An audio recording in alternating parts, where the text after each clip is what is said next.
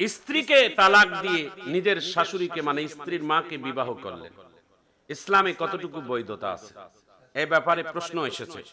প্রিয় ভাইরা আমার, প্রিয় বোনেরা আমার, ইসলাম একটি শান্তির ধর্ম, ইসলাম একটি মনোনীত দিন, ইসলাম একটি শান্তিপ্রিয় ধর্ম, যে ধর্মের বিধান আছে। কিন্তু যিনি বিবাহ করলেন উনি কি সত্যিকার ইসলাম ধর্মের পরিপন্থী? যদি তিনি ইসলাম দলের পরিপন্থী হয় তাহলে ইসলাম ধর্মের কিছু রীতিনীতি আছে, কিছু নিয়ম কানুন আছে। ইসলামের রীতি অনুযায়ী এবং নিয়ম কানুন অনুযায়ী যদি বিবাহ হয় এবং বিচ্ছেদ হওয়ারও সিস্টেম আছে। সেটা কেমন?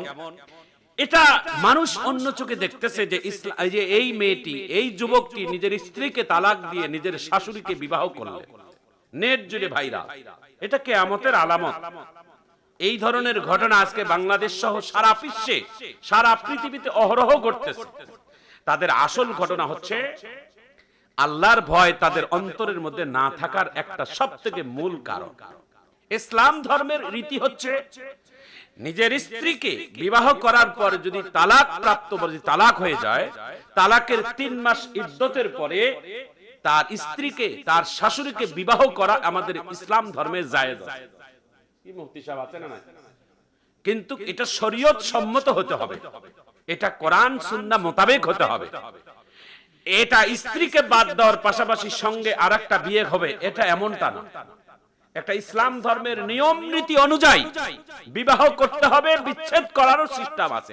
বাংলাদেশে অহরহ নিজের স্ত্রীকে তালাক দেয়, 1 2 3 দিয়েও দেয়, আবার সকালবেলা তালাক দেয়, দিনের বেলা বিকাল টাইমে আবার সংসারে জুটে করে।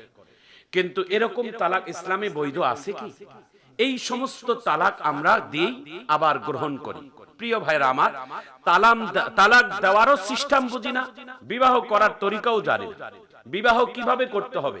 একজন পুরুষ তার দায়িত্ববান, তার ভরণ পোষণ থেকে তার নারীর সকল দায়িত্বকে কাঁধের মধ্যে তুলে নেওয়ার নাম একটা পুরুষ। সেই পুরুষটা তার স্ত্রীর সমস্ত দেখভাল দায়িত্ব, তার পর্দা পুশিদা, তার আখলাক চরিত্র, তার সবকিছু ভরণ পোষণের দায়িত্বের ভার নিয়ে সংসার জীবনের যাত্রা শুরু করে দিল। সেই পুরুষটা দায়িত্ববান পালন হচ্ছে তার বিবাহের সময়ে তার স্ত্রীর মহারানার পরিশোধের এবিলিটি যদি থাকে, সেই যুবক তার বিবাহ করার যোগ্যতা রাখে।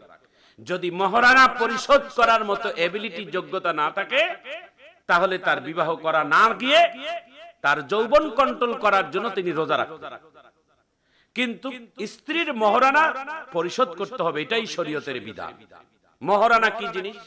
মহারানার ধার্য হচ্ছেন বিবাহের দিনে সাক্ষীগণের সম্মুখে এলাকার মুরব্বীদের সামনে নিয়ে স্বামীর সাধ্য অনুযায়ী তার আর্থিক বিবেচনা করে তাকে মহারানা পরিশোধ করে দিতে হবে। এই মহারানাটা স্ত্রীকে পাওনা বুঝিয়ে দিতে হবে।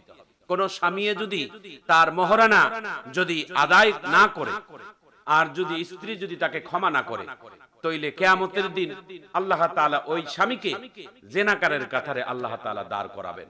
এবং যত সন্তান পৃথিবীতে জন্ম হবে, সমস্ত জন্মান যার সন্তান হিসেবে তারা পরিচিত লাভ করবে। এই জন্য স্বামী স্ত্রীর সম্পর্কটা সম্পূর্ণটাই হালাল, এবং এটাকে বিচ্ছেদ করতে গেলেও শরিয়া ভিত্তিক দিতে হবে। একটা স্ত্রীকে তালাক কিভাবে দিতে হবে, কেমন করে দিতে হবে, কোন পদ্ধতিতে দিতে হবে, এটাও জানা দরকার। খালি মুখে তালাক দিলেই তো হবে না, আর কাগজ পাঠিয়ে দিলেও তো হবে না। রাগের মাথায় কোনো জিনিস এগুলোকে ইসলাম স্বীকৃতি দেয় না। এই জন্য ইসলাম স্বীকৃতি দেয়, একজন পুরুষে যদি তার স্ত্রীকে যদি নিয়ে তার সংসার জীবনে যদি তার যদি না বনে, তার যদি সংসার জীবনে যদি তার না যদি সেটেল হয়, তাহলে তার স্ত্রীকে তালাক দিবে একে একে 3 মাসে, এবং প্রত্যেক মাসে 1 করে তালাক দিবে। এইরকম তালাক দিতে দিতে গিয়ে যদি 1 তালাক 2 তালাক 3 তালাক দেওয়ার আগে যদি তার একদিন আগেও যদি তিনি মনে করে যে আমার জীবনে এটা ভুল সিদ্ধান্ত, তাহলে তারা তওবা করে আবেশ সবার সেই সংসারে তারা চলতে পারবে। প্রিয় ভাইয়েরা আমার, প্রিয় বন্ধুরা আমার, আজকে এক যুবকের ঘটনা দেখলাম। সেই যুবকে নিজের স্ত্রীকে তালাক দিয়েছে, তালাক দেওয়ার সঙ্গে সঙ্গে তার শাশুড়িকে বিয়ে করেছে। এটা নাউজুবিল্লাহি মিন জালিক, এটা শরীয়ত সম্মত নয়, এটা হাদিস কোরআনের দলিল নয়। এই স্ত্রীকে তালাক দেওয়ার কমপক্ষে 3টি মাস ইদ্যতের জন্য অপেক্ষা করা লাগবে। স্ত্রী তালাক হওয়ার পরে শাশুড়ি আর সাথে সম্পর্ক নেই, এই জন্য তার শাশুড়িকে বিবাহ করতে পারবে, কিন্তু সময় অপেক্ষা করা লাগবে। সঙ্গে স্ত্রীকে তালাক দিয়ে সঙ্গে আবার তার শাশুড়িকে বিবাহ করা, এটা একটা কুফরি কাজ, এটা গুনাহের কাজ, এটা নিঃসন্দেহে পাপাচারের কাজ এবং সমাজের সবথেকে একটা জঘন্যতম কাজ। যেই যুবকটা করেছে ইনি অপরাধ করেছে। এখন ইনি যদি আমাদের মুসলমানের ধর্মের হয়ে যায় থাকে, তাহলে তার জন্য এই শরীয়তের বিধান আছে। আর যদি অন্য ধর্ম হয়ে যায় তাহলে তো সে ধর্মেই মানে না, তাহলে আমরা তাকে নিয়ে আর কি মন্তব্য করার আছে। এই জন্য প্রিয় ভাইয়েরা আমার, প্রিয় বন্ধুরা আমার, স্বামী স্ত্রীর সম্পর্কটা বড় কঠিন জিনিস। আল্লাহ তাআলা একটা ছেলে আর একটা মেয়ের সম্পর্কে আল্লাহ তাআলা এমন ভাবে করে দেয় বিনা সুতের মালা, যে মালার কোনো সুতা নেই। এই মালাটার নাম হচ্ছে লা ইলাহা ইল্লাল্লাহ মুহাম্মাদুর রাসূলুল্লাহ। অমুকের ছেলে অমুকের মেয়ে এত টাকা মহরানা ধার্য করে সাক্ষীগণের সম্মুখে তোমাকে আমি একে বিবাহের প্রস্তাব দিলাম, তুমি কবুল আছো আলহামদুলিল্লাহ। এই যে একটা সম্পর্কের বন্ধন, এই সম্পর্কের বন্ধনটা আল্লাহ তাআলা জান্নাত পর্যন্ত কবুল করেছেন। স্বামী স্ত্রীর সম্পর্কটা শুধু দুনিয়াতে নয়, এটা জান্নাত পর্যন্ত। আল্লাহ তাআলা এই সম্পর্ককে আল্লাহ তাআলা যদি হালাল হয় তাহলে তার ঘরটা বড় জান্নাতের টুকরা হয়ে যায়। আর যদি স্বামী স্ত্রীর সম্পর্কটা যদি অবৈধভাবে হয় তাহলে তার ঘরটা নরক হয়ে যায়, জাহান্নাম হয়ে যায়। পৃথিবীর সবথেকে দামি শান্তির ঘরের নাম হচ্ছেন হযরতে ফাতেমার ঘর। রাসূল করিম সাল্লাল্লাহু আলাইহি সাল্লামের কলিজার টুকরো, নয়নের মণি। রাসূল বলেছেন, আমার কলিজা ফাতিমাতু বিদাতিম মিন্নি, আমার কলিজা হচ্ছেন আমার ফাতেমা। ফাতেমার ঘর পৃথিবীতে সবথেকে দামি ঘর, অথচ ফাতেমার ঘরে নেই কোনো আসবাবপত্র, নেই কোনো এয়ার কন্ডিশন, নেই কোনো দামি ঘর, যে কোনো বড় ভবন। ফাতেমার ঘরটা ছিলেন একজন খেজুরের গাছের পাতার বিছানা। রাসূল করিম সাল্লাল্লাহু আলাইহি ওয়াসাল্লামের কলিজার টুকরো মেয়েকে বিবাহ করার জন্য মক্কা মদিনা থেকে বড় বড় বিজনেসম্যান, বড় বড় টাকাওয়ালা পরিবারের সন্তানেরা প্রস্তাব দিয়েছে। বিশ্বনবী সকলে প্রস্তাবগুলোকে নাকচ করে দিয়ে বিশ্বনবী হযরত আলীর হাতে তুলে দিয়েছে।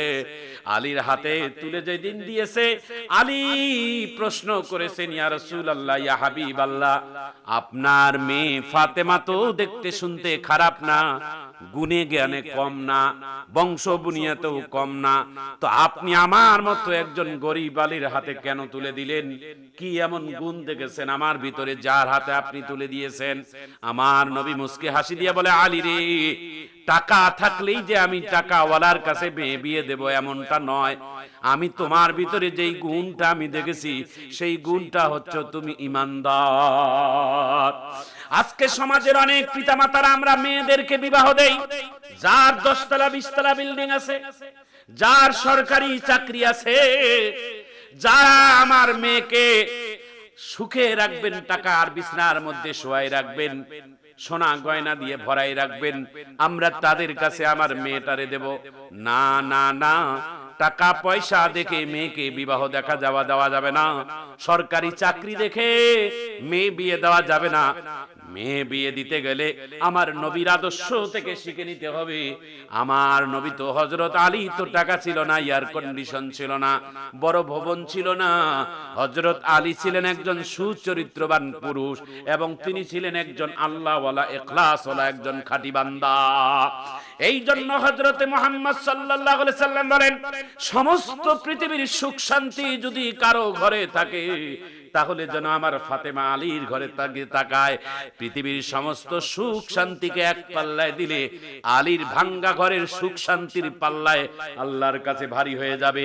স্বামী স্ত্রী একজন আর একজনকে সম্মান আর শ্রদ্ধাকে এত বেশি দামি বানিয়েছেন, তার প্রমাণ করেছেন হযরত ফাতেমা আর আলী। প্রিয় ভাইয়েরা আমার, প্রিয় বন্ধুরা আমার, স্বামী স্ত্রীর এই বন্ধন আর সম্পর্কটা বড় পবিত্র জিনিস। সুবহানাল্লাহ, স্বামী স্ত্রী এই সম্পর্কটা বড় পবিত্র নিয়ামত, এটা জান্নাতি জিনিস।